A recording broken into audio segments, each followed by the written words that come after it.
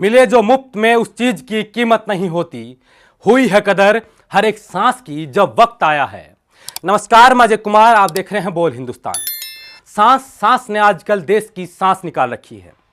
क्या आपने कभी सोचा था मुफ्त में मिलने वाली ऑक्सीजन को पैसों में खरीदने के लाले पड़ जाएंगे? नहीं ना। लेकिन फिलहाल यही हालात हैं, क्योंकि देश के हुक्मरानों को कभी आपकी सांसों की परवाह थी ही नहीं। उनके लिए आप कभी इस लायक बने ही नहीं वो आपकी सांसों की कदर करें। आप उनके लिए मात्र एक शतरंज के मोहरे थे जिसको उन्होंने अपनी सियासी चालों में चला। उनके लिए जरूरी था करोड़ों रुपए से बनी स्टैच्यू ऑफ यूनिटी, जिससे भारत का नाम विश्व में बहुत बड़ा हो। उनके लिए जरूरी था राम राज्य, उनके लिए जरूरी था राम मंदिर, उनके लिए बहुत जरूरी था चुनाव। उन्होंने कभी आपके लिए शिक्षा चिकित्सा की परवाह की ही नहीं, क्योंकि ये तो आपने उनसे कभी मांग ही नहीं की। इसलिए देश की चिकित्सा व्यवस्था लगभग मर चुकी है। हेल्थ सिस्टम को अब कंधा देना बाकी है। अस्पताल मौत का दूसरा नाम बन चुके हैं। सिस्टम पूरी तरह से धराशायी हो गया है। जनता आलू प्याज की तरह ऑक्सीजन सिलेंडर खरीद रही है। लोग सिलेंडर लगाए सड़कों के किनारे बैठे सांस ले रहे हैं। मोदी सरकार के कई नेता मंत्री ट्विटर पर मदद की गुहार लगा रहे हैं। दोस्तों, आप देश के हालातों का अंदाजा लगा सकते हैं कि मोदी सरकार के मंत्री वीके सिंह को अपने भाई के लिए अस्पताल में बेड नहीं मिल रहा है। वीके सिंह जैसे केंद्रीय मंत्री को गाजियाबाद में अपने भाई को बेड दिलाने के लिए ट्विटर पर मदद की गुहार लगानी पड़ी। वह अलग बात है कि उनकी लाचार अपंग सरकार ने वीके सिंह की मदद किस तरीके से की या नहीं की, लेकिन सरकार को ट्रोल करने के बाद वीके सिंह को ट्वीट जरूर हटाना पड़ा। ऐसे हालात बने हुए हैं देश के। दोस्तों, घर पर रहिए। अगर आप सोच रहे हैं कि मैं डरा रहा हूं तो आप डर जाइए। फिलहाल हाथ जोड़कर विनती है कि आप डर ही जाइए, वरना आपको खोने का जो डर आपके घर वालों को बड़ा सताएगा। 2 दिन पहले दिल्ली के मुख्यमंत्री अरविंद केजरीवाल ने पीएम से ऑक्सीजन की मांग की गुहार लगाई थी, लेकिन वह अलग बात है प्रधानमंत्री ने प्रोटोकॉल का हवाला देकर क्या जवाब दिया और क्या नहीं, किसी को नहीं मालूम। लेकिन पूरे देश ने देखा, एक प्रदेश का मुखिया अपनी जनता के लिए ऑक्सीजन की भीख मांग रहा था और प्रधानमंत्री उन्हें प्रोटोकॉल समझा रहे थे। देखिए वीडियो के कुछ अंश।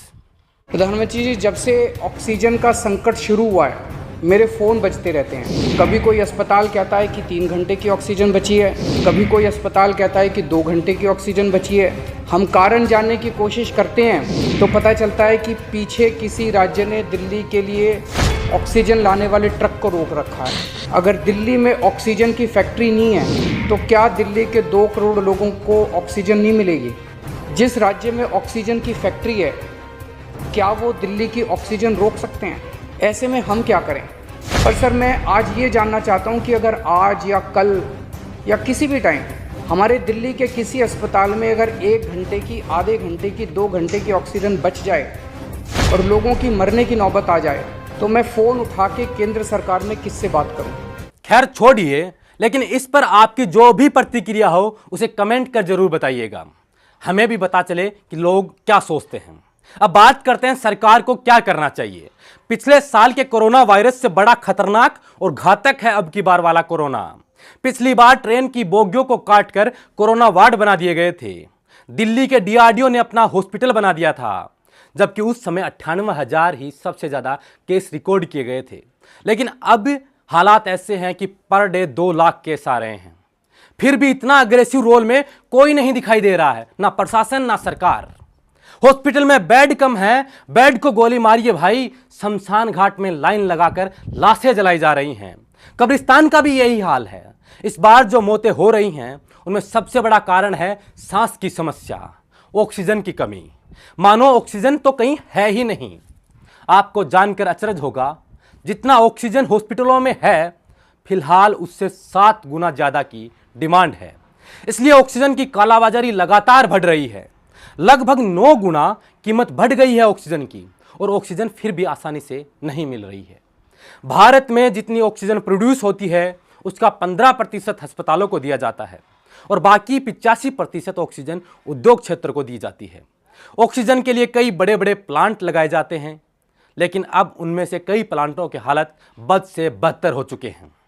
बात राजस्थान की करें तो झुंझुनू के तामर नगरी में बंद पड़े ऑक्सीजन प्लांट को संजीवनी की जरूरत है। यहां एचसीएल के पास बड़ा प्लांट 13 साल से बंद पड़ा है। अगर इसे शुरू कर दिया जाए तो अस्पतालों में ऑक्सीजन की कमी को पूरा किया जा सकता है। हमारे पत्रिका में काम कर रहे हमारे साथी हर्ष स्वामी ने वहां के प्रधान व केटीएस यूनियन महासचिव से इस बारे में बातचीत की। देखिए।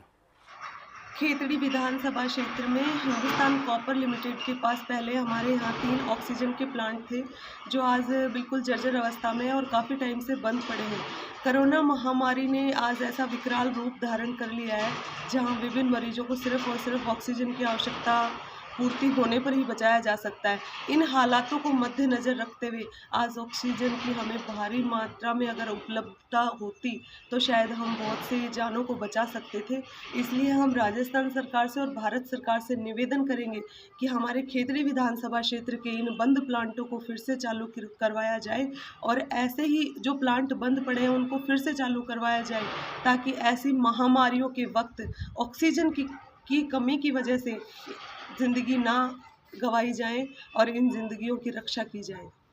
प्लांट ऑक्सीजन प्लांट लगाया गया था वो हिंदुस्तान खेतड़ी कॉपर के जो स्मेल्टर और रिफाइनरी की तांबे को गलाने की आवश्यकता के लिए लगाया था और वो हिंदुस्तान कॉपर से MOU साइन करके और उसमें ये गारंटी दी थी कि उसकी 80% जो ऑक्सीजन है वो हिंदुस्तान कॉपर लेगा और उसके हिसाब से ये भगवती गैस का प्लांट लगाया गया था और इसमें 3 अलग अलग, एक चाइना की था, एक फ्रांस का था, एक जापान का था और इनमें इतनी ऑक्सीजन बनती थी कि जो खेतड़ी कॉपर की पूर्ति करने के बाद भी दिल्ली तक इसकी सप्लाई होती थी। जिस तरीके से कोरोना वायरस महामारी का रूप लेता जा रहा है, अस्पतालों में ऑक्सीजन की कमी से कोरोना के मरीज दम तोड़ रहे हैं। वहीं कोपर में एक ऑक्सीजन प्लांट बंद होकर धूल फांक रहा है। 13 साल पहले तक हिंदुस्तान कॉपर लिमिटेड में तांबा रिफाइन करने के लिए लकड़ियां उपलब्ध नहीं हो रही थी, तो उसके लिए वैकल्पिक व्यवस्था की आवश्यकता महसूस हुई। तब एचसीएल प्रशासन ने स्मेल्टर व रिफाइनिंग के लिए ऑक्सीजन की आपूर्ति करने के लिए दिल्ली निवासी राकेश भारद्वाज से एचसीएल ने अनुबंधित कर 1988 में गैस प्लांट लगाया था जो एचसीएल की मांगों को पूरी करता था। साथ ही बची हुई गैस को दिल्ली बल्लभगढ़ तक भी टैंकरों के माध्यम से सप्लाई होती थी। लेकिन 2008 में स्मेल्टर व रिफाइनरिंग बंद हुई, उसी के साथ बंद हो गया हिंदुस्तान कॉपर लिमिटेड में अनुबंधित निजी क्षेत्र का गैस प्लांट। इस ऑक्सीजन गैस प्लांट में 3 प्लांट लगे हुए थे, जिसमें पहला प्लांट जापानी प्लांट था जो 1500 MQ प्रति घंटा ऑक्सीजन का उत्पादन करता था। दूसरा प्लांट फ्रांस से था जो 3000 MQ प्रति घंटा ऑक्सीजन उत्पादन करता था और तीसरा प्लांट चीन का था जो 800 MQ प्रति घंटा ऑक्सीजन का उत्पादन करता था। एचसीएल के स्मेल्टर व रिफाइनिंग प्लांट में तांबे को गलाने के लिए ऑक्सीजन से हीटिंग करते थे तथा तय सीमा तक ऑक्सीजन की सप्लाई एचसीएल को ही करनी होती थी। गैस प्लांट के लिए एचसीएल की रिफाइनिंग वो स्मेल्टर तक पाइपलाइन से गैस जाती थी जो अब भी लगी हुई है। उस समय करीब 25 से 30 कर्मचारी कार्यरत थे। वह बिल्डिंग प्लांट का स्ट्रक्चर अभी तक भी बना हुआ है। मशीनों को दूसरी जगह शिफ्ट कर दिया गया या फिर बेच दिया गया, फिलहाल मालूम नहीं है। ऑक्सीजन प्लांट 3 शिफ्टों में चलता था। देखभाल के लिए फिलहाल 6 कर्मचारी अभी भी हैं, 4 चौकीदार व 2 देखरेख के लिए। गैस प्लांट के कर्मचारियों के लिए 50 आवासीय क्वार्टर भी बनाए गए हैं। अब अगर ऑक्सीजन प्लांट को दोबारा शुरू किया जाए तो आसानी से बिल्डिंग व अन्य संसाधन उपलब्ध हो सकते हैं। मशीन लगाकर दोबारा ऑक्सीजन का उत्पादन किया जा सकता है तथा अस्पतालों में जल्द ही उत्पादन कर सप्लाई की जा सकती है। अगर ऑक्सीजन गैस प्लांट दोबारा शुरू होता है तो राजस्थान के अस्पतालों में ऑक्सीजन की कमी नहीं रहेगी। ईश्वर का सबसे बड़ा उपहार है व्यक्ति का जीवन, जिसे एक माँ अपने प्रयास और दर्द की कीमत देकर जन्म देती है। इसलिए यहाँ मुफ्त में कुछ नहीं मिलता दोस्त। बहरहाल इस वीडियो में इतना ही। इस वीडियो को लेकर आपकी क्या सुझाव है, आपकी जो भी राय है हमें कमेंट कर जरूर बताएं। अगर आप ये वीडियो यूट्यूब पर देख रहे हैं तो हमारे चैनल को सब्सक्राइब कर लें। अगर ये वीडियो आप फेसबुक पर देख रहे हैं तो हमारे फेसबुक पेज को फॉलो कर लें। वीडियो पसंद आया तो वीडियो को अपने दोस्तों, रिश्तेदारों और परिचितों के साथ शेयर जरूर करें। शुक्रिया।